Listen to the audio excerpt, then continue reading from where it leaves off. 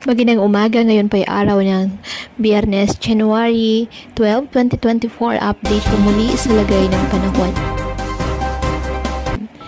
Nagbabalik po ang pag-iral ng shareline na magdudulot ng maulang panahon sa ating bansa. Ayon sa Pag-asa, apektado nito ang eastern section ng Southern Luzon at Visayas. Ang shareline ay ang kung saan ang pagsasalubong ng malamig at mainit na hangin.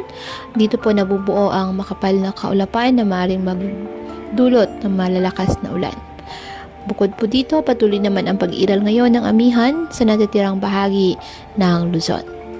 Walang bagyo o low pressure area na minomonitor sa loob ng ating PAR na maaaring makapekto sa ating bansa. Samantala, may gale warning na nakataas ngayon sa northern and eastern coast ng Catanduanes, northern and eastern coast of northern Samar, eastern coast of eastern Samar.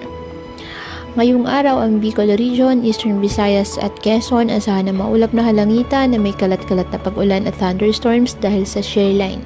Ang Cagayan Valley, Apayao, Kalinga at Aurora asahan din na maulap na halangitan na may mahihinang pag-ulan dahil pa rin sa amihan. Ang Metro Manila at nalalabing bahagi ng Luzon, bahagyang maulap hanggang sa maulap na halangitan with isolated light rains dahil po sa amihan, at ang nalalabing bahagi ng bansa apektado ng easterlies at localized thunderstorms. Kaya patuloy po na pinag-iingat ang ating mga kababayan sa banta ng mga pagbaha at pag-uho ng lupa, at ugaliin na magdala palagi ng payong o kahit anumang panangga sa ulan sa tuwing lalabas ng ating mga tahanan.